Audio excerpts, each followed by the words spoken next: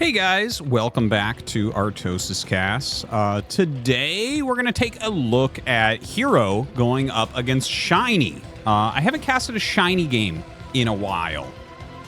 You guys might know that he's kind of like a ladder warrior. He's one of the most interestingly weird cases that we have in the StarCraft scene. Of course, he got like banned from playing in ASL after doing things like qualifying and not showing up, and then qualifying again but reporting that he did not and giving the win to his opponent because he didn't want to play. He's also like a very aggressive kind of rude guy. He's like 6'5", built like a refrigerator, and is oftentimes on top of the ladder. Very, very different type of guy. So yeah, he plays a very off style, and I haven't seen him around that much lately. He hasn't been on top of the ladder like normal. I mean, he's taking part in a lot of the things going on in the scene. He's definitely part of the scene. But yeah, I don't know. His games haven't been something that have popped up and gotten my attention. But here he is against Hero. So yeah, I'm kind of interested to see. An overpull there by Hero, by the way.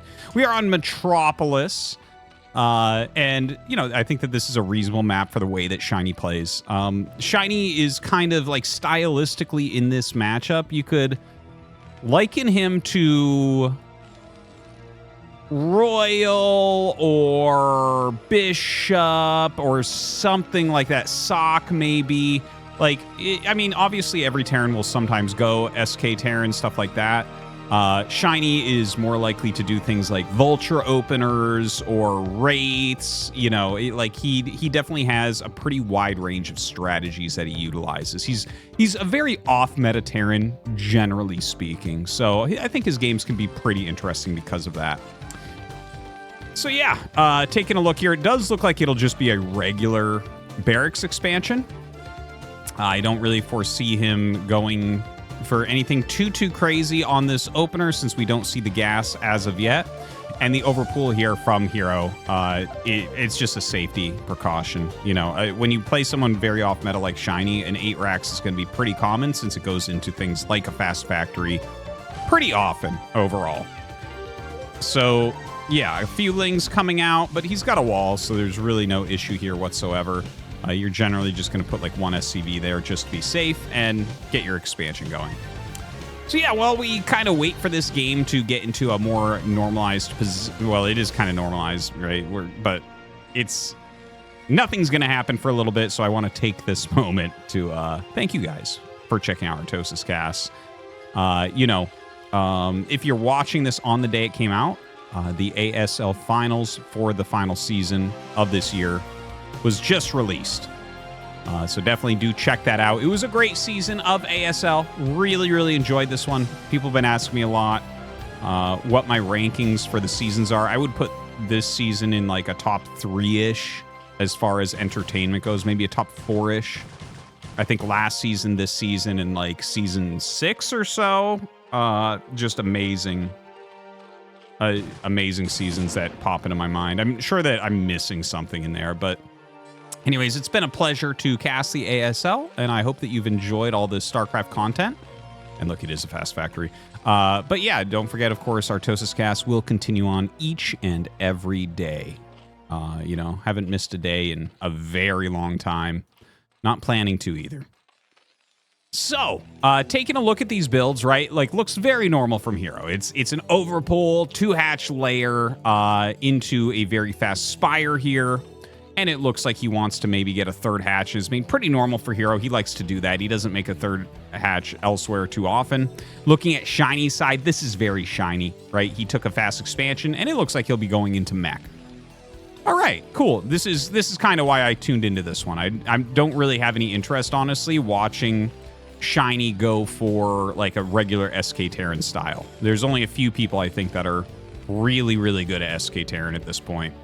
Like JYJ, Light Flash, and occasionally you see some very interesting SK games pop up. You know, one that really sticks in my mind is that Bishop game from a couple years ago where he went like super mass fire bats to break lurkers. I really like that. Anyways, we have a Vulture on the way, Armory coming up, and 2 factories with that engineering bay because he's going to need some missile turrets. The SCV actually in the main base. This is a great scout for him. And Hero already knows what's going on. You can see because he's getting Burrow. Burrow is something that you get quickly against... well, actually, you get it against like Wraith openers as well, but you definitely get it against Mech because there's just no detection for a long time with Mech. So you can just burrow Zerglings all over the place. At third bases, you can burrow them in a path to your main so you can see the movement of things like Goliaths.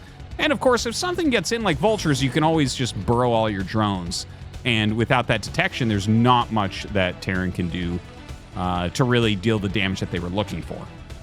So, bunker going up at this wall. Missile turrets here, missile turret. Yeah, should be making at least one here. And a couple Goliaths on the way as well as range. And there you go. Just starts his +1 attack a little bit afterwards. You can't get that right off the bat. And it doesn't matter really either. I don't think there's actually a great +1 timing that exists here. Generally, people do move out around +1, but it doesn't ever get anything done, realistically. Okay. So good missile turret spreads. Puts the barracks over some of these mineral patches, so it's going to be harder to harass in this corner. This corner is actually a problem. The way you can see how it sticks out, and the missile turrets are not as close to it. So yeah, this is actually a great place to float his barracks. Really excellent positioning from Shinee. Takes 0 damage thus far. I think he might end up taking something like if the hero continues to make it up to 7+ mutas, he should be able to get pickoffs in this general area. But we'll see if he actually does that as well. Some people like to go directly into Hydras. Some people like to go into like super mass heavy muta as well. The Vulture actually catching a drone there, kind of nice. Comes back and will deal with that though. Yeah, and a lot of mutas on the way. Now, this doesn't tell us too much yet, but he is getting the flyer carapace and going 6 mutas. Let's see if he goes more than a group, right? Okay, 8, 9, there we go. So now we have a very good idea of what's going on. And Shinee's going up to 4 factories. So what this looks like to me is it's going to be one of these games where it's super mass mutas against super mass Goliaths. Okay? And it's actually a little bit tricky because I've seen games like this go both ways, but I think it's like I normally feel like the Zerg is a little bit favored here because they get more options. Like when you just mass Goliaths and you're not going up to starport tech, you actually just kind of have to attack with the Goliaths. Like you have to move out, you have to try to get your opponent. For the Zerg player, it's like, okay, well, they can continually make mutas. And the thing is, the mutas can all stack on top of each other. So even though the Goliaths have great range, you can have like 30 mutas on top of each other, killing Goliaths in one hit easily, right? But you also have some other options, like counterattacking while making mass sunken colonies. So I generally do feel that in this situation, Zerg is slightly favored. But the thing is, if you're like really committing to the mass muta and you stay on it a little bit too long, and Terran does manage to get up things like science vessels, and normally it's not going to be Valkyrie. Valkyrie Goliath is not really a thing, guys. A lot of people ask about that. Like, why don't they just do that? It's just, like, if your opponent makes a Hydralisk Den, you generally lose the game because you're just so heavy on the anti-air at that point. It's just, it doesn't really make sense. They overlap too much. But yeah, the Radiate can definitely help out against that. Now, +1 armor on the way. He's got the 5 factory production. This is like a very old school approach to mech against Zerg. This is not something that you'll see from a lot of people. Now, you see the mutas jumping in for the counterattack. This is what I was talking about, right? There's a lot of options here for Hero. Quite a few Goliaths are going across the map. This is a full group of 12. But the thing is, there's enough units here, and with like a sunken or 2 on the way, if you look at how many mutas are out, he should be able to just kill these if they try to attack him. And in fact, it's more than 12 mutas here. He flies back over the Goliath, so that's actually some good free hits for Shinee. I think he just didn't quite recognize where it was. There are some burrowedlings around trying to watch this, but loses track a little bit. Vision's not great on those. Flies back and will start to pick off some of these Goliaths here. I don't think we have... Do we have a Hydralisk Den yet? No, it looks like it's still just pure Mutalisk being made off 3 gas and pure Goliath. The important thing is for Shinee to reinforce like we just saw from him. What he wants to hit is a critical mass where the mutas have a very hard time. And if the mutas keep having these kind of semi-bad engagements, he is going to have a very bad time. Now, right now, I think he actually needs to make a bunch of Sunkens. Goliaths do not generally pair very well against Sunkens. It's like a very awkward thing trying to get them all to shoot. Their ground attack weapon isn't that long range. So the Muta's cutting off reinforcements. This is a really good move, and it is slowing him down. You can see Shinee walking back and trying to get that extra damage onto the Mutalisk. It's quite a few Mutas here, and don't forget, he is making a lot more at home. Additional Sunkens being made at both bases. I think the attack has to come through here. So it's going to be like 3 Sunkens and... God only knows how many Mutas are here. 12... 7 plus another 5, 24, 26. I want to say he has 26 Mutas right now, with about to have 1-1 upgrades. The Goliaths are going to have 1-1 as well. But you can see there's not like a ton of flexibility in what Shinee's doing. He's just like 5 Goliaths at a time, 5 Goliaths at a time, 5 Goliaths at a time. He's walking around the middle. He's threatening to attack.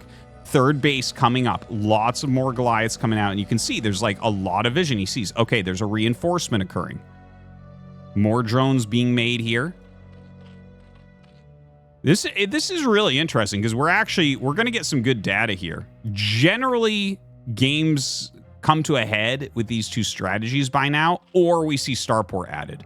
Now, there is a siege tank on the way, so he might go into siege tanks to try to break the Sunkens as opposed to just shoving his Goliaths in. But we will see in a moment. This is so many Mutalisks. Holy. That is insane. Dude, he has so many Mutalisks here. This is like 3 groups. Oh my god, that was not the move that you want right there. You know, the thing is, you get pretty punished if you change your mind against Goliaths with the Mutas. Like, he started going, he's like, oh, wait a minute, that's a lot. That's a lot. And he pulls back. But I actually think the Mutas would about trade with this. So flying back towards his third base, like, he could actually pick up this third base really quickly if he dives on it. Because again, I think this is getting close to 3 groups of Mutas in here. Look at how fast he's killing this command center. But he will take some damage on these Mutas. So the command center goes down, but he takes some good damage. We hear 2 Mutas go down. And in fact, he is going to fight now. That is so many Goliaths. Oh my god.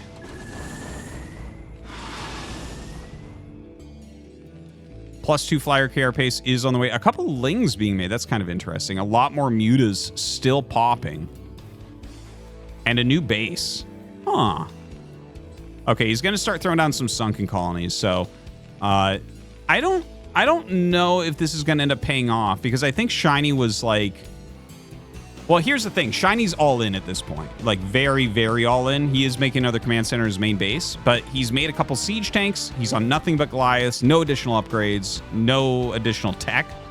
So this push kind of has to work. Now, the Muta's coming up from behind. I wonder what he's going to focus. It looks like he's just going to go after Goliaths, but yeah, a lot of these engages are not going super well for him. Like, he's going in and fighting for a moment and killing like 3 Goliaths for 3 Mutas. That's not a really great trade, even though his economy is a lot bigger. Now, here comes Shinee with those siege tanks. Not interested in running his Goliath force into sunken colonies. And 3 siege tanks kills Sunkens very, very quickly. So this is a deadly situation right now for Hero. Hero's got to he's just got to pull the trigger here pretty soon. And that, dude, it is so many Mutalisks. He should ignore siege tanks here and just go in on top of the Goliaths and see what he can get done. I think Hero should just barely hold this. Looking at the general size of the cloud of Mutas here, I think he just barely holds. It looks really close, though. Let's see. I could be wrong. Okay, he flies in and goes for it. That is a hell of a lot of Goliaths. +2 flyer carapace is actually almost done. Oh, it wasn't just barely. He actually crushes. Jesus. Well, okay. There you have it. I guess there were more Mutas in that flock than I thought. I think I thought there was like 3 groups. I think that was closer to 4 groups of Mutas. I don't know. Anyways, that was... Oh, actually, I could have just subtracted the drone count. Yeah, he has like he had over 100 supply Mutas in there. Holy shit. Okay, so yeah, that's a lot of Mutalisks. Now, you might look at that and say, wow, that once upon a time, that style with mech worked more. And like I said, no one really plays like Shinee just did. A lot of people will make mistakes against that. And in fact, we saw Hero making some mistakes against that, and it almost kind of worked. But in the modern day, you kind of have to tech up to science vessels. You can't just go for the 5-factory heavy Goliath build.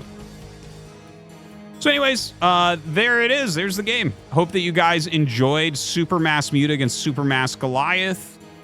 Thank you for watching. We'll see you next time.